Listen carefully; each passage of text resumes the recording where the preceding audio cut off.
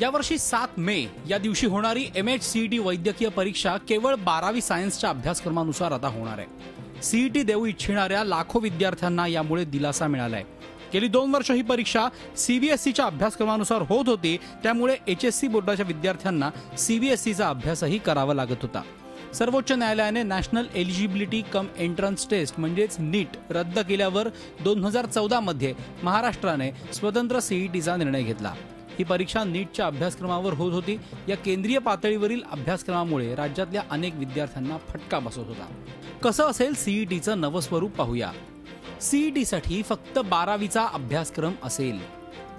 परीक्षा 720 मार्कांऐवजी 200 मार्कांची असेल। प्रत्येक विषयाचे 50 प्रश्न, याप्रमाणे 200 प्रश्नांचीच परीक्षा असेल। DMER वेबसाईटवर लवकरच परीक्षेचं नवं नोटिफिकेशन जाहीर करण्यात येईल।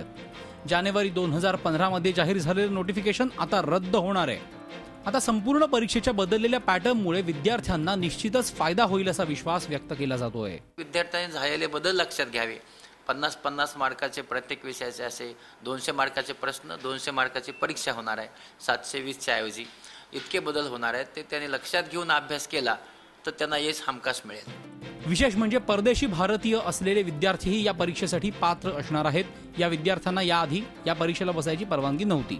26 मार्च पर्यंत विद्यार्थी या परीक्षेसाठी अर्ज दाखल करू शकतात, तर 27 एप्रिल ते 6 मे दरम्यान हॉल तिकीट मिळेल। सर्व जिल्हा मुख्यालय यासाठीची परीक्षा केंद्र असणार आहेत। निकालाची पहिली यादी 5 जूनला जाहीर होईल, तर गुणवत्ता यादी 12 जून पर्यंत जाहीर करण्यात येईल। दीपाली जगताप पाटील सह bureau report, Zee media, Mumbai. Zee 24 तास रहा एक पाऊल पुढे।